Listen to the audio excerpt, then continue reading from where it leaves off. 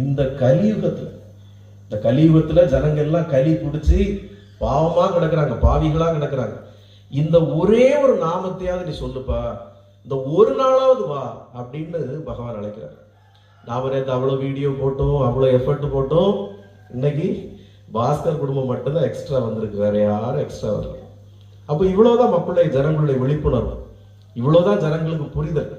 பகவான் எக்காரணம் கொண்டாது ஒரே ஒரு தடவை ஒரு நாமத்தை, கோவிந்தானோ கோபாலானோ கிருஷ்ணானோ ஏதோ ஒரு பேரை நீங்க சொல்லிட மாட்டீங்களா ஒரு தடவை அப்படின்னா அவரு கம்ஃபர்டா உட்காருங்கம்மா, சேர் எடுத்து போட்டு உட்காருங்கம்மா, எல்லாரையும் கஷ்டப்படும். ஏகாதசி அன்னைக்கு அதிகாலையில எல்லோரும் ஒரு பகவானுடைய ஒரு நாமத்தை சொல்லிட்டா கூட, நான் உங்களுக்கு என்னுடைய வைகுண்டத்தை நான் உங்களுக்கு இலவசமா திறந்து தரேன், எல்லோரும் வைகுண்டத்துக்குள்ள வாங்க அப்படின்னு சொன்னார். அதை கூட நம்மளுடைய ஜனங்களால செய்ய முடியலன்னா பின்னாடி ஃபேன் போட்டு தான் போட்டுக்கமா, செய்ய முடியாட்டா பகவான் என்ன பண்ணுவாரு? பகவான் என்ன பண்ணுவாரு?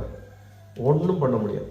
அதனால இந்த வைகுண்ட ஏகாதசியில நாம எல்லாமல்ல அகிலாண்ட கோடி பிரம்மாண்ட நாயகராம் எம்பெருமான் மகாவிஷ்ணுவை, கிருஷ்ணரை, பெருமாளை நாம வழிபடுவதோடு அவருடைய நாமத்தை உறக்க ஜெபித்து, அடுத்து துளசி அபிஷேகம் இருக்கு, எல்லாரும் கைகளால் அவருக்கு துளசி அபிஷேகம் பண்ணா எப்பிறப்பில் செய்த பாவங்களாக இருந்தாலும் எத்தகைய கர்மாக்களாக இருந்தாலும் பகவான் அதை கரைத்து உங்களை ஆட்கொள்வார்.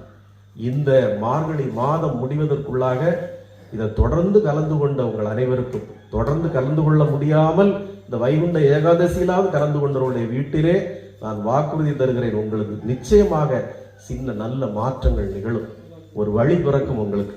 அதனால இன்றைய தினத்தை தவற விட்டு விடக்கூடாது. அடுத்த சில நிமிடங்கள் நாம பகவானுடைய நாமத்தை ஜெபித்து இந்த துளசி அபிஷேகத்துக்கு நாம தயாராகும்.